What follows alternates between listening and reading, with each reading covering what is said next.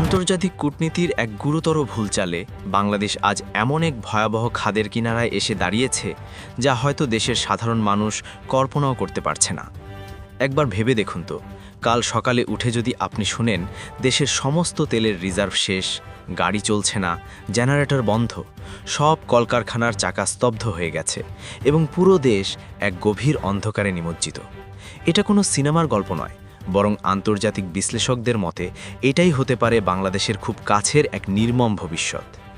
একটিমাত্র কূটনৈতিক ভুল এবং পরাশক্তিগুলোকে খুশি করার অতিরিক্ত চেষ্টার কারণে দেশের অর্থনীতি আজ এক অভাবনীয় ধ্বংসের বারপ্রান্তে। বিশ্বের ইতিহাসে প্রথম দেশ হিসেবে সম্পূর্ণ তেলশূন্য হওয়ার চরম ঝুঁকিতে এখন বাংলাদেশ। কিন্তু কি এমন ঘটেছিল পর্দার আড়ালে? কেন হঠাৎ করে বন্ধু রাষ্ট্রগুলো মুখ ফিরিয়ে নিচ্ছে? আসুন আজকের এই বিশ্লেষণে আন্তর্জাতিক রাজনীতির সেই জটিল সমীকরণগুলো একটু সহজভাবে বোঝার চেষ্টা করি। খুব বেশি দিন আগের কথা নয়, মধ্যপ্রাচ্যের চরম উত্তেজনাকর পরিস্থিতির মধ্যেও বাংলাদেশের জন্য একটি অত্যন্ত ইতিবাচক খবর এসেছিল। বিশ্বের অন্যতম গুরুত্বপূর্ণ ও কৌশলগত নৌপথ হরমুজ প্রণালী। এই প্রণালী পার হওয়ার জন্য বিশ্বের হাতে গোনা মাত্র কয়েকটি দেশকে বিশেষ অনুমতি বা ছাড়পত্র দিয়েছিল ইরান, আর সেই সৌভাগ্যবান দেশগুলোর তালিকায় উজ্জ্বলভাবে ছিল বাংলাদেশের নাম। ইরানের এই বিশেষ ছাড়পত্র বাংলাদেশের জ্বালানি নিরাপত্তার জন্য ছিল এক বিশাল স্বস্তির নিঃশ্বাস। মনে হচ্ছিল অন্তত জ্বালানি সংকট নিয়ে আমাদের আর তেমন চিন্তা করতে হবে না। কিন্তু এই স্বস্তি বেশি দিন স্থায়ী হলো না। কূটনীতির ভারসাম্য বজায় রাখতে গিয়ে বাংলাদেশ এমন একটি পদক্ষেপ নিয়ে ফেলল যা পুরো পরিস্থিতিকে একেবারে উল্টে দিল। আন্তর্জাতিক সম্পর্ক বিশ্লেষকরা বলছেন, পশ্চিমা বিশ্ব, বিশেষ করে যুক্তরাষ্ট্রকে সন্তুষ্ট রাখার জন্য বাংলাদেশ সরকারের অতিরিক্ত কূটনৈতিক প্রচেষ্টাই আজকের এই বিপদের অন্যতম কারণ। একদিকে ইরান যখন বাংলাদেশকে বিশেষ সুবিধা দিয়ে হরমুজ প্রণালী ব্যবহারের সুযোগ দিচ্ছে, ঠিক সেই সময়ই খবর প্রকাশ পায় যে রাশিয়ার কাছ থেকে জ্বালানি তেল কেনার জন্য বাংলাদেশ সরাসরি যুক্তরাষ্ট্রের কাছে বিশেষ অনুমতি বা ছাড় চেয়েছে। এই খবরটি স্বাভাবিকভাবেই তেহরানের কাছে ইতিবাচকভাবে পৌঁছায়নি। আপনি যার কাছ থেকে বিশেষ সুবিধা নিচ্ছেন, আবার তার ঘনিষ্ঠ প্রতিপক্ষের কাছ থেকে অনুমতি নিয়ে অন্য জায়গা থেকে তেল কেনার চেষ্টা করছেন। কূটনীতির ভাষায় এটিকে চরম অদূরদর্শিতা বলা হয়, আর এর ফলও মিলেছে খুব দ্রুত। ইরানের রাষ্ট্রদূতের একটি কঠোর মন্তব্য পরিস্থিতিকে আরও জটিল করে তোলে। তিনি প্রকাশ্যে জানিয়ে দেন যে সাম্প্রতিক ইরান সংক্রান্ত বিষয়ে ঢাকার দেওয়া বিবৃতি বা পদক্ষেপে তেহরান মোটেও সন্তুষ্ট নয়। এই কূটনৈতিক ভারসাম্যহীনতার মূল্য বাংলাদেশ এখন ধীরে ধীরে দিতে শুরু করেছে। আপনি শুনলে অবাক হবেন, হরমুজ প্রণালী পেরোনোর জন্য ইরানের বিশেষ ছাড়পত্র পাওয়া বাংলাদেশের সেই 6টি জাহাজের মধ্যে 5টির চালান ইতোমধ্যে বাতিল হয়ে গেছে। হ্যাঁ, ঠিকই শুনেছেন, যে তেল আমাদের দেশে আসার কথা ছিল তা আর আসছে না। এই কূটনৈতিক ব্যর্থতার পর বাংলাদেশের জ্বালানি সংকটের সবচেয়ে ভয়াবহ চিত্র তুলে ধরেছে ব্রিটিশ সংবাদ মাধ্যম দ্য ইন্ডিপেন্ডেন্ট। তাদের এক আলোচিত প্রতিবেদনে সতর্ক করে বলা হয়েছে, বিশ্বের সম্পূর্ণ তেল শূন্য হওয়ার প্রথম দেশ হিসেবে ঝুঁকিতে রয়েছে বাংলাদেশ। তেল নেই মানে কি? এর সহজ অর্থ হল দেশের সমস্ত উৎপাদন ব্যবস্থা ভেঙে পড়া। আপনার পরনের কাপড় থেকে শুরু করে নিত্য প্রয়োজনীয় সব কিছুর কলকারখানা বন্ধ হয়ে যাওয়া, বিদ্যুতের অভাবে পুরো দেশ অন্ধকারে তলিয়ে যাওয়া। বিশ্লেষকরা মনে করছেন, বর্তমান পররাষ্ট্রনীতির অতিরিক্ত যুক্তরাষ্ট্র নির্ভরতা দেশকে এই ভয়াবহ পরিস্থিতির দিকে ঠেলে দিয়েছে।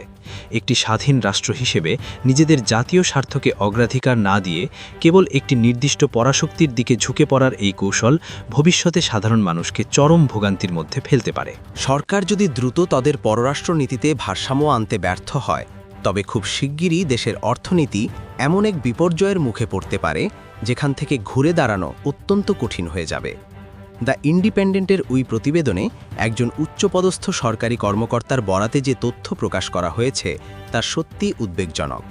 তিনি অনিচ্ছা সত্ত্বেও স্বীকার করেছেন যে দেশে বড়জোর আর মাত্র 10 থেকে 11 দিনের মতো তেলের মজুদ অবশিষ্ট রয়েছে। অবস্থা এতটাই সংকটপূর্ণ যে এই মুহূর্তে বাংলাদেশ বাধ্য হয়ে উচ্চ মূল্যে স্পট মার্কেট থেকে তেল কিনছে। আর এই আকাশ ছোঁয়া দামে তেল কিনতে গিয়ে রাষ্ট্রের কোষাগারের অর্থ দ্রুত কমে যাচ্ছে। অথচ এমন একটি জাতীয় সংকটের সময় যখন দেশের অর্থনীতি চাপের মুখে, তখন দেশের ভেতরে ঘটছে আরেকটি বিতর্কিত ঘটনা। দেশের বিভিন্ন গণমাধ্যমে খবর এসেছে, শত শত সচিব ও উচ্চপদস্থ কর্মকর্তারা নাকি ইংরেজি শেখার জন্য থাইল্যান্ড সফরে যাচ্ছেন। একবার ভেবে দেখুন, চরম অর্থনৈতিক সংকটের মুখে দাঁড়ানো একটি দেশের সর্বোচ্চ পর্যায়ের কর্মকর্তারা যাদের কাঁধে দেশের এই সংকট মোকাবিলার দায়িত্ব, তারা সরকারি অর্থে বিদেশ সফরে যাচ্ছেন। এতে সাধারণ মানুষের মনে স্বাভাবিকভাবেই প্রশ্ন জাগছে, দেশে কি ইংরেজি জানা দক্ষ মানুষের এতই অভাব, নাকি প্রশাসনিক ব্যবস্থায় যোগ্যতার চেয়ে অন্য বিষয়গুলো বেশি গুরুত্ব পাচ্ছে? এই প্রশ্নগুলো এখন মানুষের মুখে মুখে ঘুরছে।